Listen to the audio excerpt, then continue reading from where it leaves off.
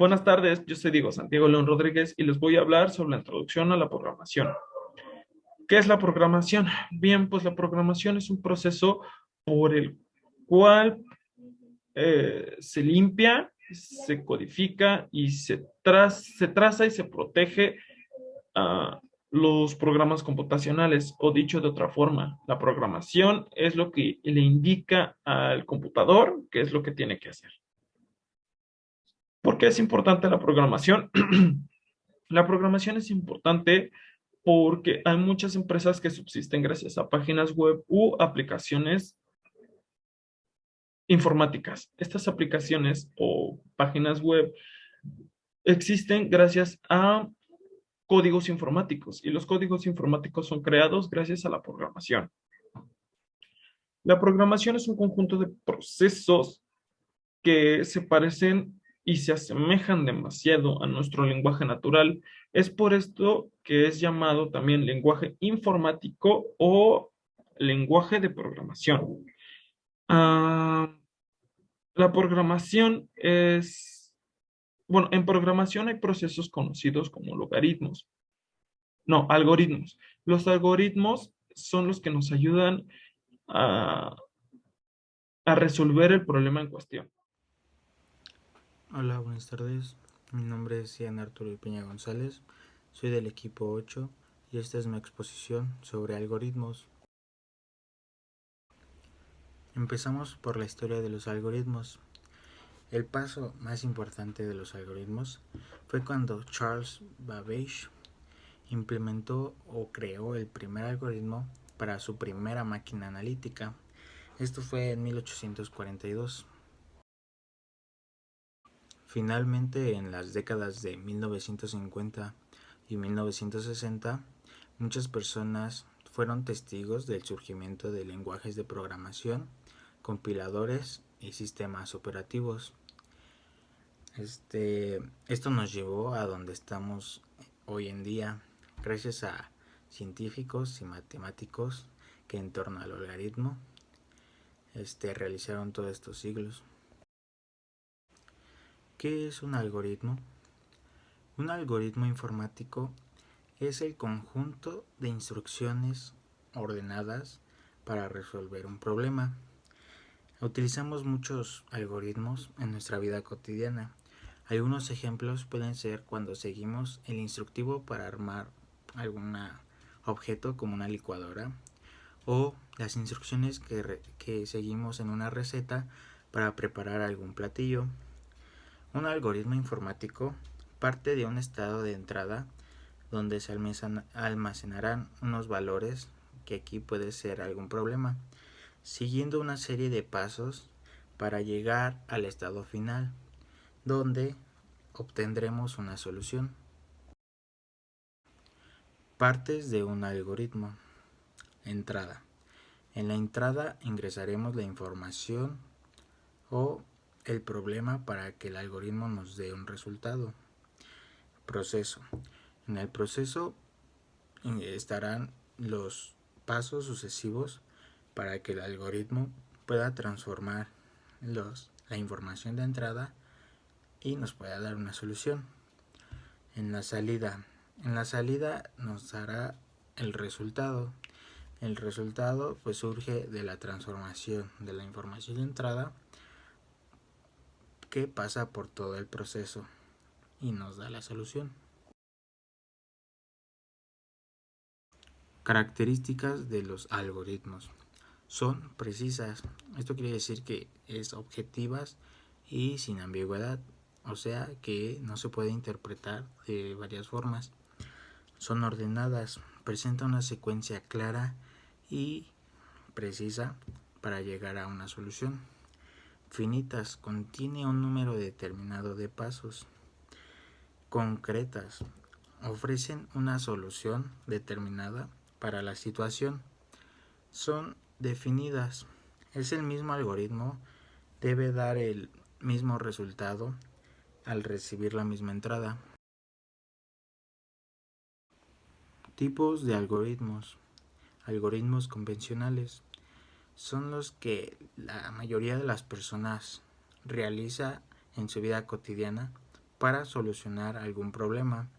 Algún ejemplo de estas es como el anterior que vimos de enchufar alguna lámpara o seguir los pasos de una receta para preparar algún platillo. Algoritmos computacionales son aquellos que se utilizan en las aplicaciones y en el software de una computadora para realizar tareas que solicitamos o acciones que realizan automáticamente sin que las solicitemos. Diagramas de flujo. ¿Qué es un diagrama de flujo? Bien, pues un diagrama de flujo es un diagrama que nos explica un proceso o un algoritmo informático. Los diagramas de flujo nos ayudan a documentar, estudiar y mejorar procesos que regularmente serían complejos y los genera en un diagrama sencillo y fácil de comprender. ¿Cómo está formado un diagrama de flujo?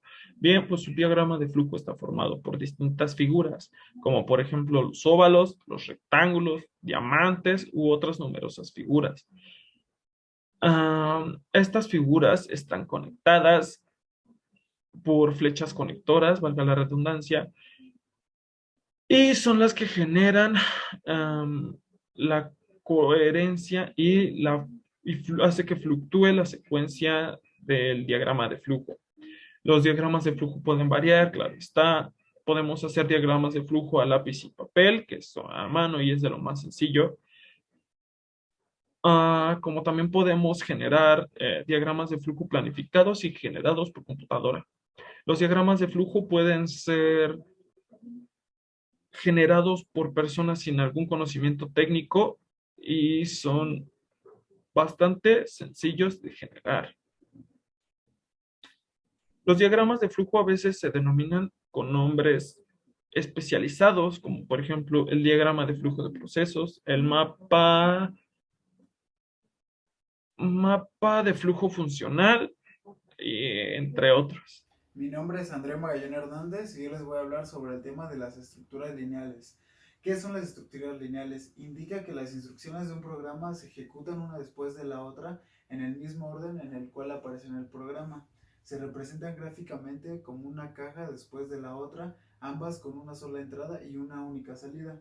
Las tareas suceden de tal modo que la salida de una es la entrada de la siguiente y así sucesivamente hasta el fin del proceso.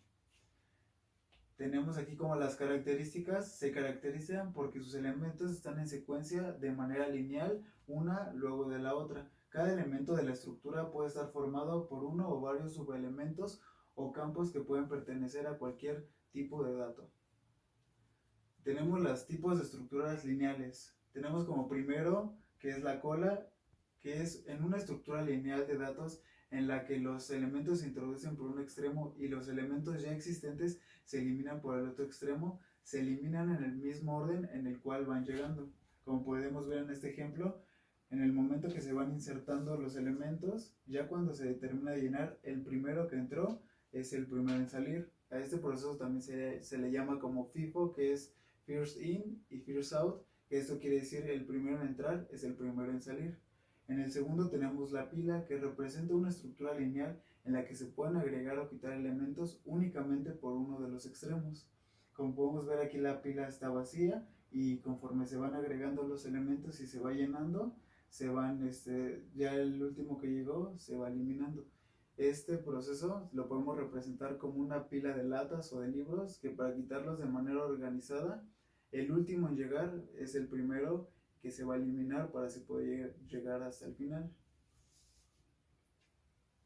Luego tenemos las ventajas. Una de las ventajas de esta estructura lineal, que es un acceso fácil a la información, y otro que es acceso rápido también a la información, para que este proceso sea mucho más fácil a la hora de programar.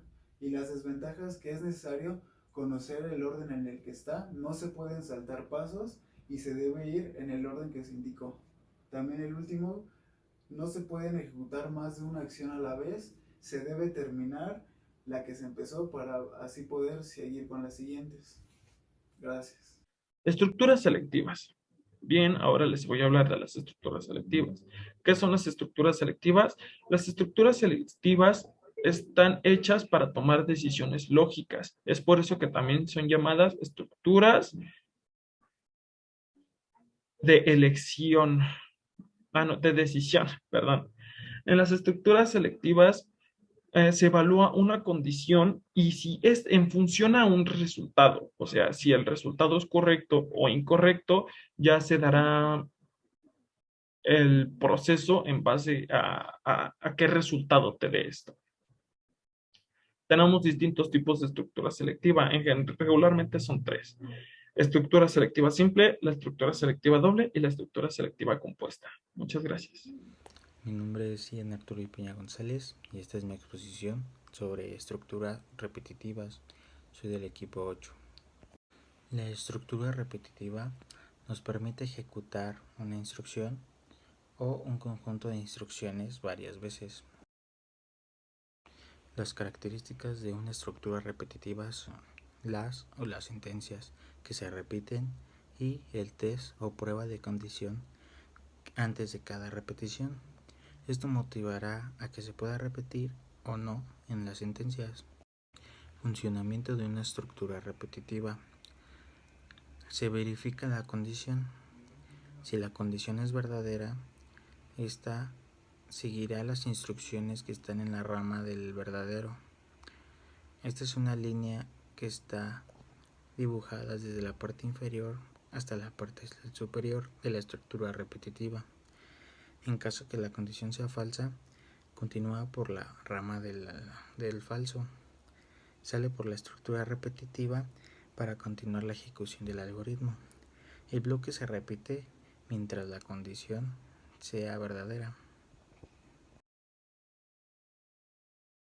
Este es un ejemplo de una estructura repetitiva donde inicia con la variable x en 1 y seguidamente comienza la estructura repetitiva con la operación con la condición x es menor o igual a 100. Al ejecutarse la condición entorna verdadero porque x sigue siendo menor o igual a 100. El bloque de instrucciones contiene una salida y una operación. Se imprime el contenido en x y se incrementa en la variable x en 1. La operación x es igual a x más 1 quiere decir que x contiene 1 y al ejecutarse la operación almacenará x un 2. Al finalizar el bloque de instrucciones, se repetirá el proceso anterior. Mientras la condición entorne verdadero, se ejecuta el bloque de instrucciones. Cuando entorne falso, seguirá con el algoritmo hasta que finalice el programa. Por mi parte eso ha sido todo. Gracias.